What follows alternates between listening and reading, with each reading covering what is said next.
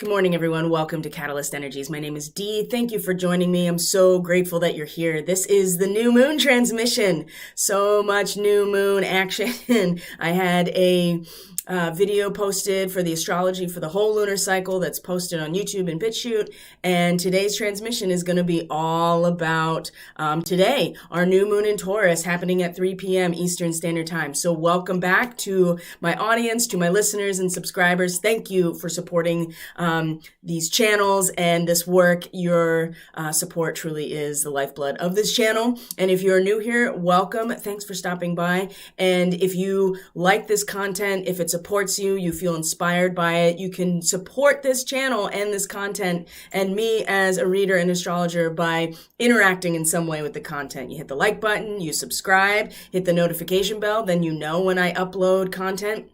Or even comment on the video, share the video. That is all very supportive for independent content creators like myself who are not sponsored and still trying to get their own voice out there into the public sphere. So welcome, and let's get right into it. The new moon transmission. Oh, also what I wanted to bring up real quick is, this is just an aside, but whenever I create the thumbnail imagery for these videos, at all, unless I specify that it belongs to someone else or somebody created it, it's all my own photography. So even today's thumbnail, I just went out into my yard and took that picture of the first, the bloom of I thought it was a mountain laurel, but it might be a rhododendron. They're still in the same family, but the burgeoning of this bloom here that does represent, to a certain extent, as far as I'm concerned, this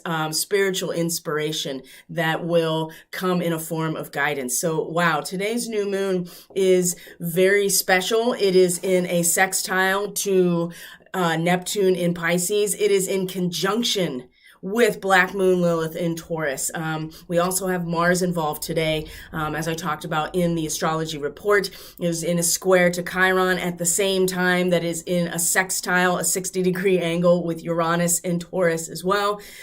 So there is, we can gain a lot of power and really stimulate this warrior archetype within us by being able to see into the deeper meaning of things and the latent worth that is available to all of us when we really start to root down into the core of who we are and, sharpen that discernment, have that intuitive channel become way more sensitive. This is where it happens, is in Cancer and the fourth house. And this is where Mars is right now in Cancer. So this is just an incredible time right now. And so if you are, in fact, in a part of the world where it is spring, this is a great time to actually sow your seeds outside if you're in a seasonal environment. That's what I plan to do today. The new moon is the right time to sow your seeds in the ground because it represents, again, the sowing of the seed of intention of our growth, our spiritual growth, our evolution as a species, our personal growth as well. So, finding these activities that represent in real time in a material way, that represent the archetypal and energetic experiences of these transits is really important. So here's our new moon. So let's get right into the chart. Of course, I talked a lot about it on the astrology report. It covered the whole month of what to expect. Lots of constriction and pressure with Saturn going retrograde. So right now, this new moon is setting us up to set intentions for our growth and our evolution and our development along the ability to trust the process, to trust natural growth and to be able to access spiritual inspiration by overcoming some measure of crisis. And when we get into the intuitive part of this transmission today, we'll see that there is in the world around us and particularly outside of us, maybe what we are interacting with as individuals, very much is stimulating this potential crisis energy or something that leads us to really have to dig very deeply and trust this process. Much like when we plant a seed in the ground, it seems like nothing is happening, but everything that is happening is under the surface, and it's the interaction of the seed and the soil that then creates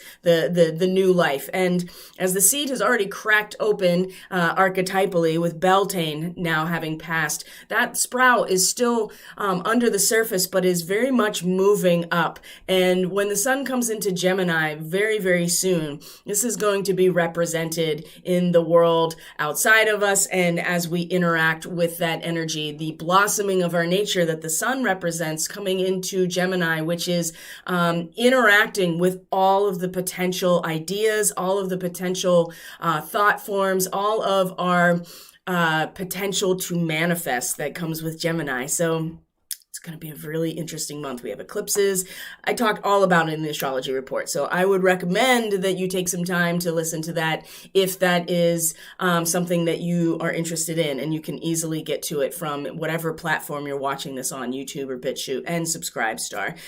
So let's look at the chart here and get right into today, because there's a certain amount of magic and creativity and inspiration that is available to us if we are able to see the guidance that is being presented, these symbols in some way that will show us that we are well on our way to growing something substantial. Okay, so let's look at the chart for today.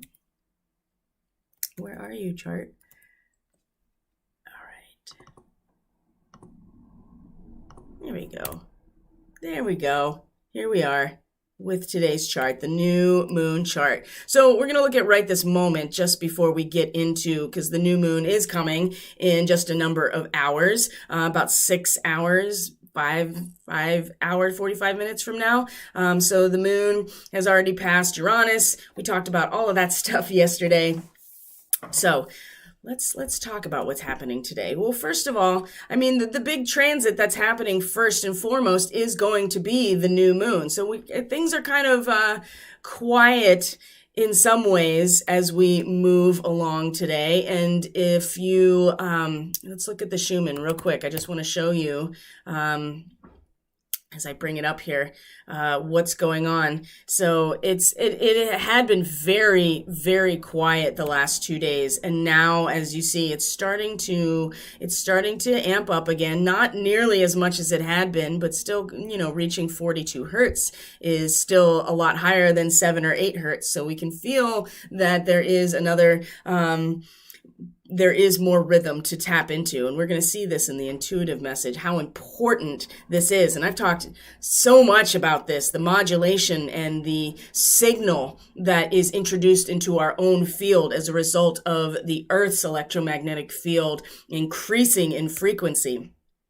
As Magenta Pixie talks about the Schumann resonance as the crystal river, or the way that I've experienced it is a series of a network of connections and nodes that are happening right under the surface of the planet, right in the crust of the planet, where the energy flows through in this network. It's like a system of capillaries right under the surface that is so accessible to us, and we don't even realize that we are so intimately connected to it. So this is why going outside, putting your feet on the ground, just, sitting on the ground, being part of the natural rhythm in a very material way is so important through this process, especially to receive the signal, to be part of the modulation.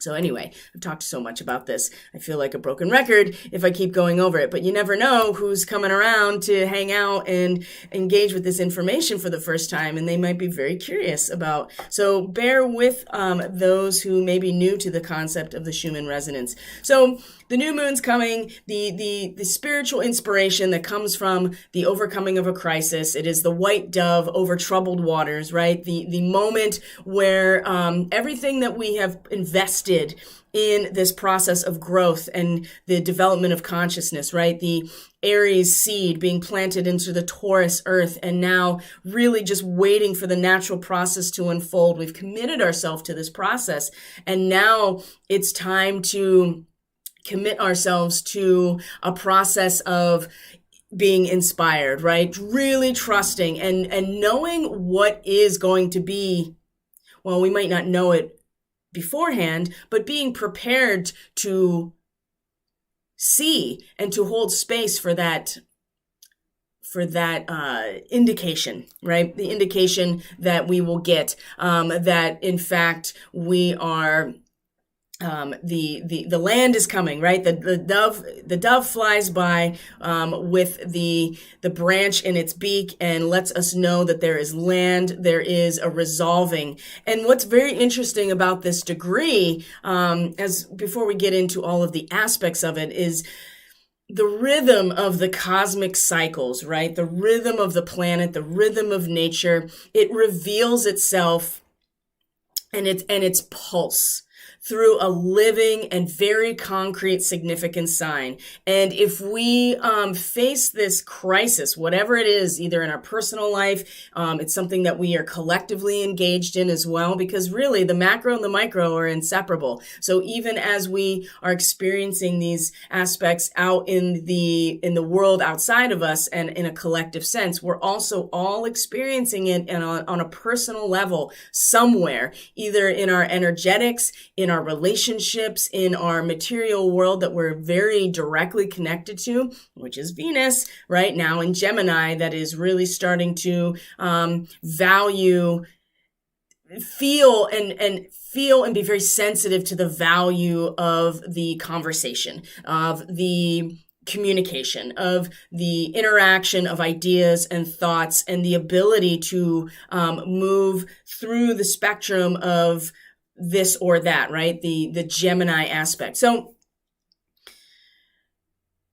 if we are able to face and overcome this crisis, whatever it is for us, and it will be very material, especially with Taurus in the mix here, there is a spiritual inspiration, and the symbol will be very concrete. It'll be very obvious to us, but it's only if we have come this far to overcome the crisis with the right spirit, right? It's not, it's, this is the moment of being tested. If, what we have done, what we have put the energy into, if we followed our inner guidance, we followed our higher self, we followed the dictates of Creator, much like Noah, the story of Noah, for instance, we will see, and it'll be within us, right? The sun and the moon coming together to plant this seed is something that we each individually have the ability to do. And this is really what the moon and the sun represent, these two aspects coming together and initiating something within us. And this time period is going to initiate a crisis that will allow us to be inspired, and it will allow us to we'll receive the confirmation through something very significant that will show us that our ability to tap into the cosmic cycles has been the right course of action. So we have Mercury in Gemini, like I said, Venus in Gemini today as well. And then, so the new moon happens. Now, what happens at the same time? Well, we also have this connection to Neptune and Pisces. So there's a sextile, right? What is a sextile? It's a 60-degree harmonious angle. It requires an investment of what we have learned when we come to some measure of disaster, right? Again, so you see this theme continuing to come back around here, that we are in a position where we can invest what we have learned and what we have experienced in some sort of crisis, disappointment, defeat. Anything that the 5 is representing in the tarot is that bottoming out in some ways. The 6 is that sextile. It is that harmonious connection that requires us to participate in some way, to give of ourselves, but really invest what we have learned into the situation in order to start growing and to start, evolving even further from what we've learned. I mean, we all know that failure is probably a better teacher than success any day. And this is something that we shouldn't forget. And with Neptune and Pisces in this sextile, again, Neptune has been in this position now where we're all being brought to a place, whether we like it or not, where we are being, where we are giving of ourselves completely to materialize some and substantiate some ideal or desire, unconscious desire or conscious ideal. And it's really been up to us. And so this sextile here, there will be some measure of, like I said, inspiration and showing us that the trust in the cosmic cycle and our connection to the rhythm of this natural process that's unfolding is not without, some focus, or at least this is part of the substantiation process in Taurus, and especially where Neptune is in Pisces. Okay, so sextile, this is the investment that we can make in this process, and there will be something here that will show us that it hasn't all been for nothing. Okay, and we are all being brought to this. Like I said, we're all being brought to this place, and Neptune just dissolves everything it touches, and in Pisces, it is even more powerful right now. And so we can invest that surrender into what it is that we are being inspired by. And we can, it'll seem like a crisis to a certain extent, but really we can take that and what we've learned and the inspiration, and we can invest that and apply it to this very incredibly diffuse, but also very magical situation with Neptune and Pisces. Okay. Now, Black Moon Lilith, as we're going to see on this chart, where are we here? There we go. Black Moon Lilith on this chart, as you can see, is in conjunction to this new moon. So Lilith being the dark feminine, that part of ourselves that is so directly connected to the feminine archetype of the priestess. This could be the Kali energy, if we see it that way, but it's really about the self-preservation, the instinctual, urge to protect ourselves and those that we are responsible for. This is the very deepest part of the feminine, and is in itself able to exist on her own, right? And so it really depends on if we are conscious of this or not. So the Black Moon, there is so much power invested in this full moon, or this new moon today with Black Moon Lilith involved, that we really do need to be aware of what it is that we are trying to preserve and how connected and conscious we are of this part of ourselves. Because if we are not conscious, and if we are acting out of instinct without a higher awareness of what it is that we are preserving and protecting, this is when, that we can really do some damage to ourselves and to people around us as well. So Black Moon Lilith being so directly involved in this process is giving us a chance to really look very, very deeply at what we are here to bring about. What is it that we are cultivating and that ultimately is going to grow? And this does require that we are able to let go of these lower, quote unquote, lower vibration relationships and situations, and really perspectives as well, right? Because that's the thing about self-preservation and instinct and survival, is that we all do it. It's our animal nature. It is our nature as a physical being on this planet we are embedded with this ability to preserve ourselves, preserve our progeny, protect, right? And Mars is in Cancer, so there is a strong warrior element to the protection of that which sustains us, that which protects us, right? There is this interesting dynamic with Mars in Cancer that is not only protecting that which is vulnerable, but also allowing himself to be nurtured and protected by those that part of us is loyal to, right? The warrior obeys and acts out of ambition and is kind of like a superhero, right? The action hero of Mars.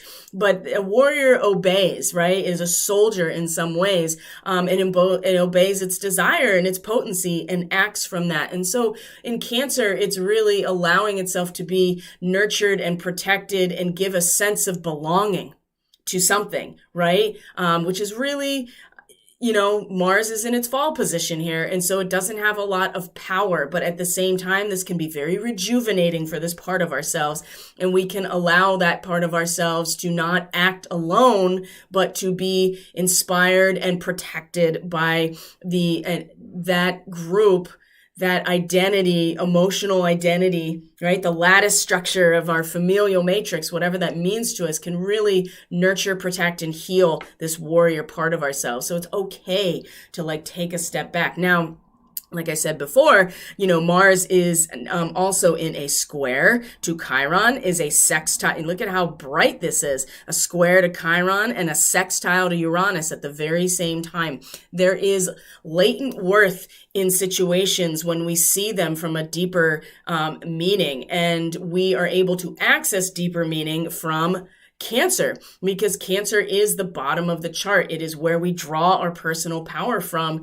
and our intuition and our psychic awareness and a deeper perspective becomes way heightened in this position because we are protected emotionally, and we are able to allow that root system to embed itself deeper and deeper in order to pull up more water, more nutrients, whatever the growing consciousness needs is able to get from this stabilizing force. So with Mars in a square to Chiron in Aries, we're already, and I talked a lot about this, and at the same time with Uranus, which is the pathway of our collective awakening, which has now been a very drastic shift from this internalized cultivation of our own consciousness, and is now facing outwards to a certain extent. The ego consciousness that we are all developing right now is starting to realize what's possible and what we can actually have. And the, again, disruption and drastic changes. There's been some really big shifts in the timeline. And I think Uranus is a big part of that. It went from an internalized experience to now seeing what is possible and being very fascinated with it, wanting it, seeing it reflected back to us collectively. And so Uranus, there was a big, especially after the full moon, massive shifting, massive. And it's been so distracting for so many people how much there has been a timeline shift that it's kind of hard to stay on the trajectory, and you have no choice but to change with Uranus. That's the thing. It really just tilts everything onto its side.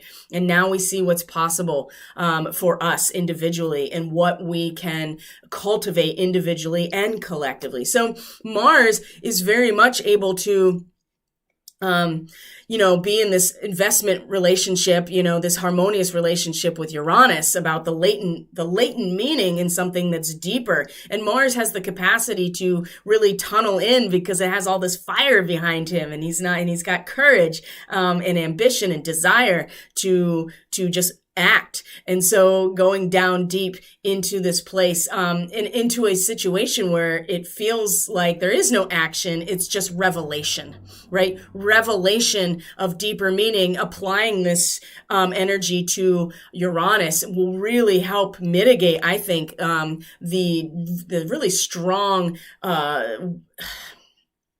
adjustments we've had to make, very drastic adjustments I think many of us had to make internally to a shift in reality and a shift in the timeline of where we're going and seeing what's possible and wanting what's possible. So Mars is when I see what's possible, and it's because we're able to go deep in and see the deeper meaning of what may seem like a crisis, right? Remember, Uranus is still in Taurus. So all of this disruption and movement and transformation is still in the material world of what we value and the objective reality.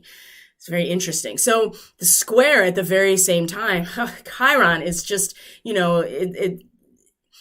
when we become aware of a cosmic order of things, it tends to polarize us because of the social and human law and order that we start to develop, right? And if we think about it in terms of a subjective experience, our own ego consciousness as a psychological, function, right? Which is the first thing that happens when you are born, or there is a seed, right? There is all the potential is within the seed, just like all of the potential is in our personality and in the subjective experience that comes along with being. So Chiron, has been pushing so much, poking at those vulnerable parts, those shameful parts of even having a subjective experience, and valuing it for what it is. So when we become aware, and even if it's idealistic, of a cosmic order of things, it tends to polarize us in our consciousness, because then we have to accept that for a cosmic order, there must be a human order or a, law and order type of experience. And this can be in and of itself kind of disruptive. And then you have Chiron involved in the process. And so there is the square here is we don't the triggering of this victimhood or this victor savior narrative, or the shame and guilt of just being ourselves and allowing this process to unfold. Mars in a square here wants to be in Aries. So in some ways, it's kind of like really strongly taking over the entire situation with this square to Chiron, right? Because Mars is comfortable, it's at home in Aries, and so it understands that dynamic as well. And it's like, listen, here's the thing. You might be triggered by the fact that there is actually a cosmic order to things versus what our own ego is trying to organize, right? That there's law and order, and that humans create this situation and create all of the and just like an ego creates a sense of structure within us. And then there's this moment where we realize that we are that there is something more than that. There's a cosmic order to things beyond just what our ego wants. And so it's very interesting, because Mars is, functions in that ego space, but in this square here is going to be like, yeah, but listen, here's the thing. It might be triggering, but Mars is going to be like, yes, but here's the thing. It's look at it from a deeper perspective. Look at things from a much deeper place, and you will see the meaning. The meaning will be revealed through the ability to just start embedding ourselves and stabilizing ourselves even more in this process. And like I said, this will be very well aspected with Uranus as well. And so it's really about looking at the deeper meaning of things and finding a sense of not only stability, but self-worth as well with Mars there. So like I said, crisis. And when we see the intuitive message, it's just written throughout the whole thing.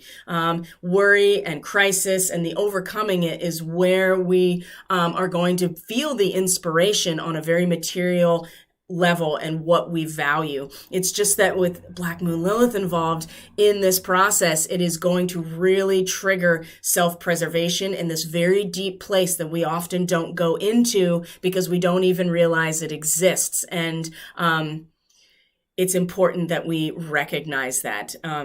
And be aware of it, so that when we do invest all of this into this complete, this being like a medium, right? A full-on medium of this experience of what we're substantiating spiritually, transcendentally, creatively. Pisces is about the collective. When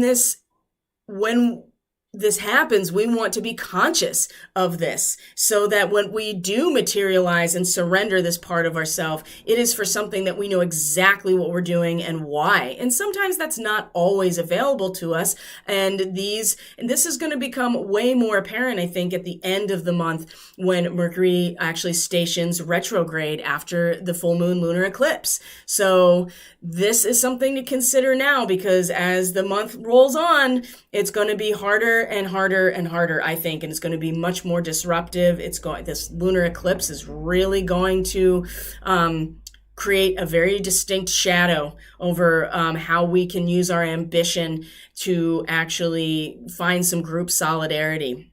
It's not going to be real obvious at first. So this is today's astrology in particular. So let's start transitioning here into the let's start transitioning here into the intuitive reading so that we can, get a sense of what we are dealing with today. So I hope everybody is doing well, has some good intentions set for the new moon. So what can you do? There's a couple of things you can do. Like I said, I'm actually going to physically go plant seeds in the garden beds and actually get that process going. And so something to that effect, something very material, something that you value, something that has value to you, something that you can do to plant a seed. Maybe you journal something and you set an intention to be inspired through something that you're going through, and to look for and to ask for inspiration, ask for guidance, be open to this process so that you can, and then you can take that, write a letter, write a piece, you know what I mean? And then bury it in the ground. That's a good way to do it as well, to set the intention, because we're not going to get everything that there's a process going on that is outside of our human hands necessarily. And all we do is have control over our own energy and our own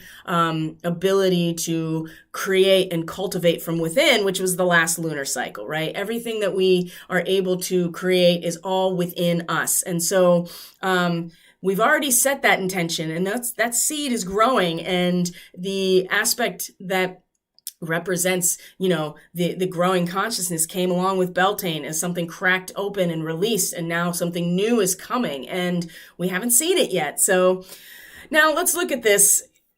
Okay? Because as you see on our horizontal axis of cause and effect here, it's all reversal. I mean, the Six of Wands reversed, the Five of Discs reversed. I mean, this is a card that nobody wants, and when it's reversed, it's really like, oh my gosh, total failure, right? And really worrying about the material realm. That's a big part of today, as we've seen. And then we have the Ten of Discs also reversed. So it does seem on the outside or on the surface, or in terms of this cause and effect relationship, that there is no victory. And in fact, it is really leading to a sense of failure, and that we are not really going to get everything that we need, and that we will be kind of greedy for more, right? Well, based on everything else that is in this reading, I would say that, yes, that may seem to be the case, and that would be the case without any other interaction. But it's really our interaction with this energy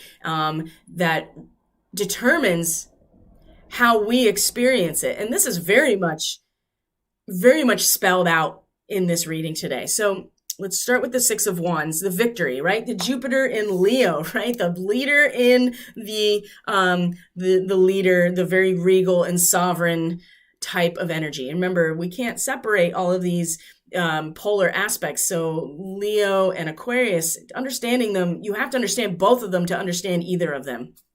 So Jupiter is in Aquarius right now, is going to move into Pisces in just 2 days, right? And that is going to be, oh my gosh, in some ways a sigh of relief for some of us. In other ways, it may be just too diffused at this point, and we don't know where we even belong. So that's something that we're all going to experience differently. But it does feel, and I talked about this on the report, the Astro report, that it feels so much like just a sigh of relief in some ways, like a total like when your whole body like releases when you're in some sort of relaxation process, right? Like you're sitting or you're lying in Shavasana after, an hour of yoga, or you are, soaking in a hot tub or a soaking pool of some type, or even just like getting a massage, for instance, or receiving energy work where your whole body just lets go. That's the feeling I'm getting. And maybe it's because Jupiter is my ruling planet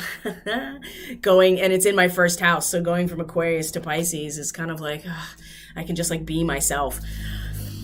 Anyway, victory. That was a total tangent. So, and it seemed like it was important because it just came tumbling out of my mouth. So the Six of Wands is upright, is that moment of victory where we have learned something from the the lessons of the Five of Wands, right? The disruption that it represents, and the fighting, basically. A lesson learned has turned into a victory. This is what it is upright. Past troubles and disruptions have been a necessary form of growth. Now consider that, okay? Now when it's reversed, all of this type of relationship to our creation and our transformation that the fire represents, when it's reversed, number one, this could all be experienced again as an internalized process. And for some people, for many of us, especially if you're here and you interact with the energetic guidance that is being offered, this can be seen as an internalized experience. Okay. Not everybody is going to feel it that way. A lot of people are going to experience this out in their outer world and, take that as their inner experience because it's being projected back into them. Ooh, yeah, there's that psyop right there. That's how they work.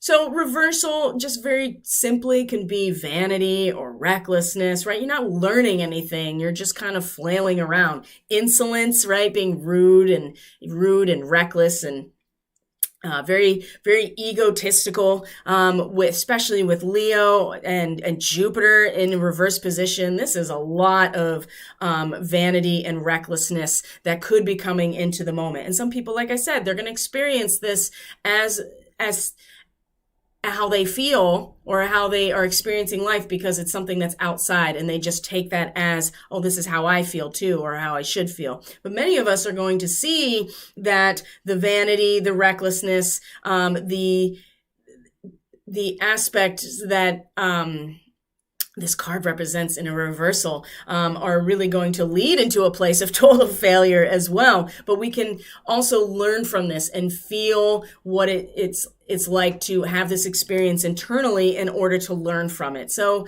that's the other thing. The victory could be something that we are internally experiencing, not a turning on its head necessarily, or not a reckless, egotistical, or vain type of expression, but we actually have learned something from the disruptions and we are growing as a result. So it's, take it for what it is. This is a collective reading. This is very general for the collective right now. Not everybody's going to experience these things in the same way. Now, the Five of Discs, the worry, Mercury and Taurus. Worry and worry and worry, right? Material crisis. So what's something that's happening as a material crisis right now? Well, as far as we're getting told that there is a gas shortage. So that's just an example, right? Everything is going to transpire in its own way based on our individual position in all of this, right? What the material crisis is, or what it represents for us. Now, when it's reversed, again, there's loss, there's fear, there's failure. We're not learning anything from the loss and the worry in a material way that this represents when it's reversed. Unpredictable changes, perhaps, destruction. All of these aspects at the heart of today. This feels so strange considering that we're at this new moon, but again, there is a real worry about material aspects that I think is coming through very strongly and is going to be perpetuated in some ways, or it's something that we are internally struggling with, that we are feeling worry, that we are experiencing a material crisis in some way. And with the new moon, this fits really well because the new moon Sabian symbol is that symbol of hope that is presented in the midst of some sort of crisis, right? The guidance that is presented to show us we're on the right path, okay? So experiencing this crisis internally, but with awareness, right? Or not with awareness. That Black Moon Lilith not being fully realized can express itself in this reversal of the Five of Discs, okay? So when we have our Here we have our energetic polarity here, where we draw our power from. The 5 of forces is the summertime. This is activity, acceleration. This is taking steps towards a personal goal, but it's active growth. The summertime is active growth. This is when there's vegetative growth. This is when the flowers are blooming. This is when pollination happens, right? This is active yang. This is the peak of it, right? This is the solstice time.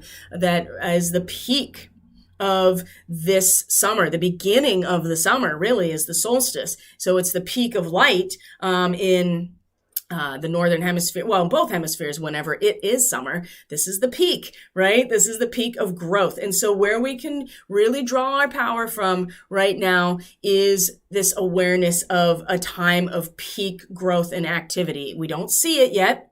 This is under the surface. This is where we are drawing our power from. And remember where Mars is. Mars is in Cancer, the bottom of the chart, at a position where it is about the revelation of the worth within something, right? The latent worth by going into something deeper. We haven't seen it yet, but we know that it's there. And Mars, of course, is a very yang, masculine, fire-oriented object.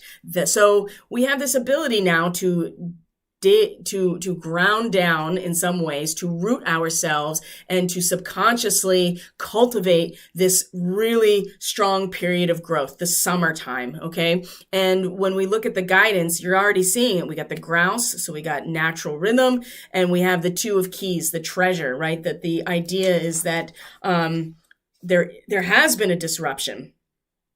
And we discover through that process that the treasure is within us, and we open the lid to illuminate the way. And so the growth it's not quite here yet, but it is very much now somewhere that we can energetically root ourselves into. And we'll come back to that in a second. Okay. And then where is our attention, right? What do we see? If what we know is here and what we don't know yet is 5 of forces under the surface in the subconscious. What do we know? Birth. Number 4. This is very stable. This is very structural. This is a moment of a new start. We are aware of this. And this is where we can pull in our institutional power, right? The top of the chart is the zenith of our destiny, what we are here to do, and what we see as our mission and our public persona in the chart, right? The 10th house. And so the top of our power, our channel of power,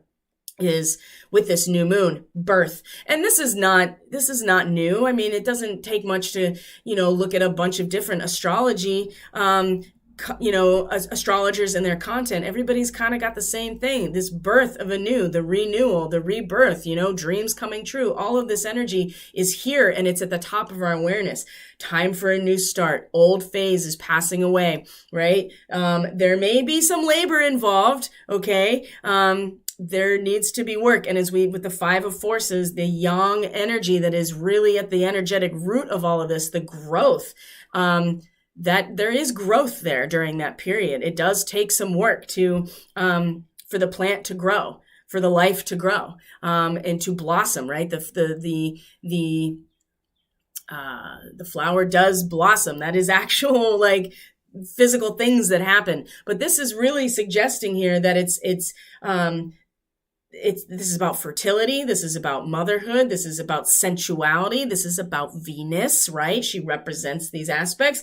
And prepare yourself for wonderful growth opportunities. This is where our real institutional power and public persona, the top of the chart, this is where we're really what we do know. We do know that we are in the midst of a birth process. Old phase passing away. New start is right here, okay? And so what's interesting about this is considering all of these aspects, the effect here, right? What to expect. The 10 of discs, Mercury in Virgo. Mercury rules Virgo, right? Wealth, the accumulation of, everything that we need in a material way. And if you look at this card, it's in the shape of the tree of life, the Kabbalah. Everything that we need can be accumulated. We have accumulated everything that we need. We can bask in our wealth and the accumulation of resources. And that's not just physical like financial resources, energetic resources, our health. It's a big part of the Virgo. Let me take a sip here. 1 second.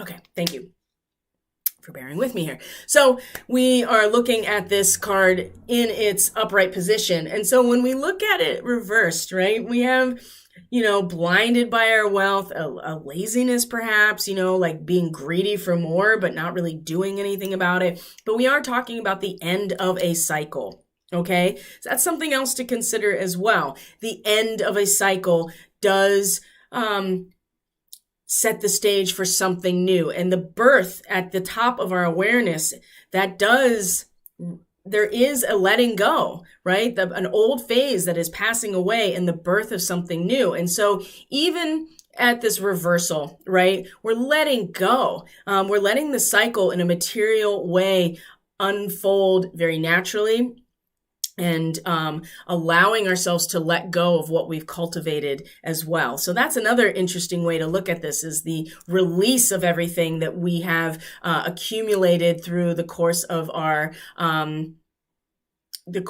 action and through the material resources. Okay, so we have two Mercury aspects here. Mercury in Taurus is the 5 of discs. Mercury in Virgo is the 10 of discs, right? So you have also a 5 and a 10. So there also is a sense here that for all of the worry, the material crisis that we are wrapping our minds around and thinking about and maybe not really totally making sense out of, ultimately, even if it does feel uncomfortable, even if it's something that we don't really want to do, we have to release everything that we've accumulated on a material level in order for the new to come into form. And that is really very clear, especially at the top of this reading.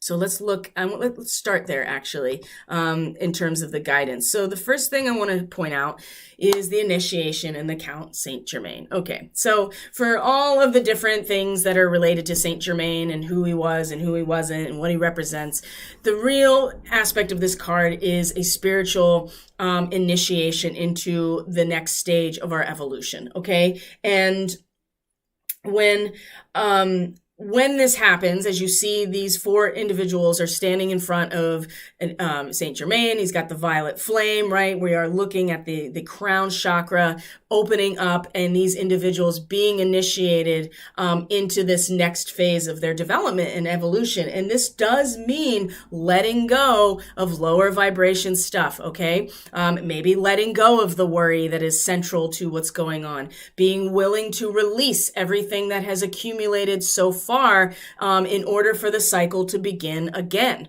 But it does suggest that part of this birthing process that we are at least aware of is an initiation on a spiritual level and a energetic level, but mostly a spiritual level.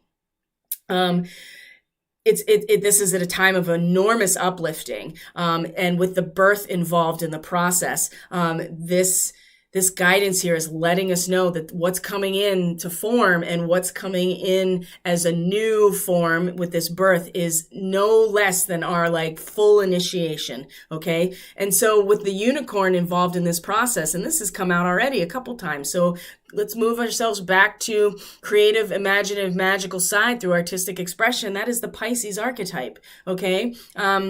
Venus too, for sure, can be involved. Venus is very much bringing that into a tangible form, but the Pisces aspect is where we become inspired, where the imagination takes us to a place that we could eventually express ourselves artistically. And again, this is very magical. This is very transcendent. And it's important that we allow ourselves the space to engage this imagination and creative and magical side of our expression, artistic expression. And again, this is part of where Neptune is in Pisces. Neptune in Pisces asking us to be a medium in some ways, to give of ourselves. And this is where people are truly inspired as artists, because it's not really them creating. It is them being a channel, being a medium for this to come through. Anybody that is a professional artist or is just very connected to their process of making any kind of art or expressing themselves artistically will say, it's not me. I am just a channel for it. And this is, allow yourself to find that channel, whatever it is, to bring this new moon energy. Like I said, I'm going to go out and actually plant actual seeds, right? And there are so many different ways that you can express this this energy for yourself. And it's important that it is imaginative, that it's not completely wrapped up in the material. You can see here that we have to let go. We have to let go of the worry. We have to let go of all we have accumulated in order for this cycle to really fulfill itself and to come forward. And I think that, we do feel a sense of loss with this victory energy reversed. It's a little bit elusive, or it doesn't seem like we're really learning anything collectively. That's not everybody though, right? And that is an internalized experience. Now, when it comes to, so we looked at that energy here. So the Two of Keys, this treasure, this comes up quite a bit, right? This is this represents great loss and disappointment, because with the One of Keys, right, the architect, for instance, that Ace of Discs, that Ace of Pentacles, that seed point of a material creation, when you have that, when something comes into form, you have to accept that it's also able to be lost. That is just the nature of reality. Ooh, that comes in really strong too. And part of the growing process, you can't get to a place of actual growth in the summertime until you've gone way through the process of letting go of the seed point. So this this card represents the treasure that is embedded within us, the light within us. But it only comes into realization when we are suffering a loss or disappointment. And at the central here of the Five of Discs, it really is in the center of this reading. So we may have to let go of something. And we're worried about it. And we're worried about our health. We're worried about our material crisis, everything at the center here. But it's through this that that we can illuminate the way, because what it does is forces us to a certain extent to focus on what we have rather than what we're lacking. Because when we focus on what we're lacking, then we become a victim, right? And when we become a victim, then we just, we're just perpetuating that. And then we'll never feel like that we are actually birthing anything, that we're growing. We're just in this sense of loss all the time.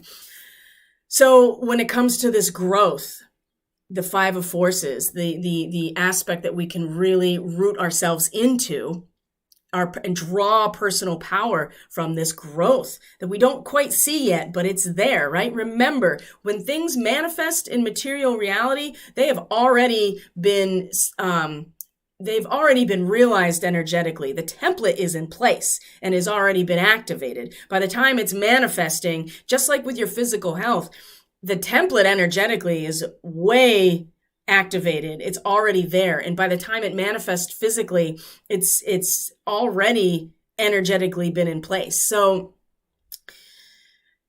this is why the grouse is so important in this process. So let's move to that, right? Express yourself through rhythm and movement by drumming and dancing. Well, this is even deeper than that, is about connecting to the rhythm and the pulse of the planet, of the original mother, of the heartbeat, right? And you do this through dancing, you do this through drumming, you can do this through chanting, any type of practice that allows you to get into a rhythm, right? A rhythm that allows you to surrender to the pulse of nature itself. And this is going to allow us to realize that connecting to that's the treasure, right? The ability to connect right in to the heartbeat of the planet, the Schumann resonance, the crystal river, that network of energy that is right under the surface that I believe Tesla was actually connecting to in his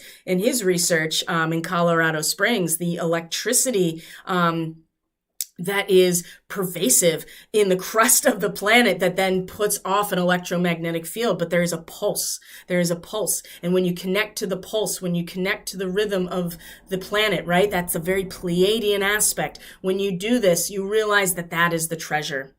Right? And when you lose things as part of a natural process, you also are allowing space, for something new to grow. And sometimes it's hard to see what that is, and we have to allow ourselves to connect in. We have to connect into rhythm, right? Connect into the pulse of the earth, because that's where we get so much of our creative power as well. As you can see, there is a lot of energy here today, and this new moon especially. I mean, this transmission really is about the entire cycle.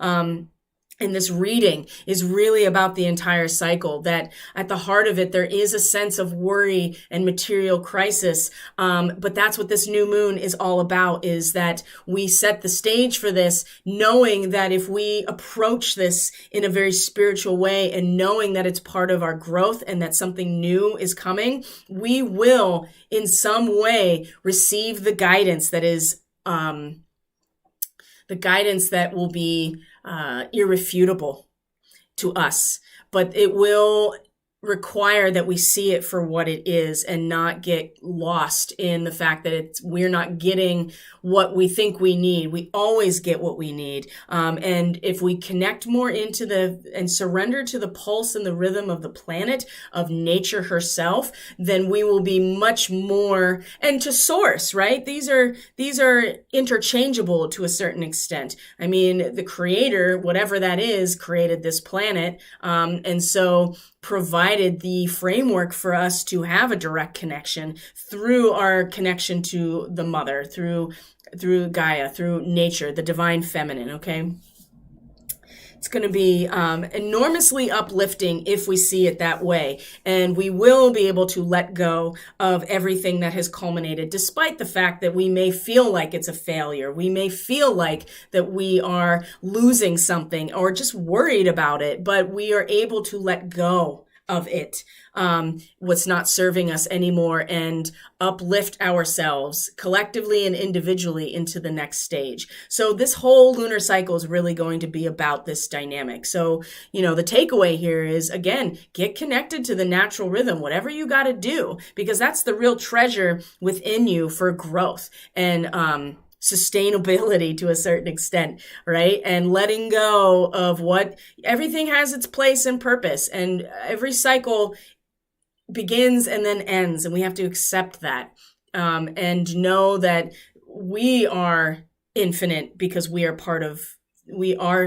source. We are part of source, and that part of us is infinite, and our soul is evolving over all of the experiences that we come in and have. So that is the new moon transmission for today.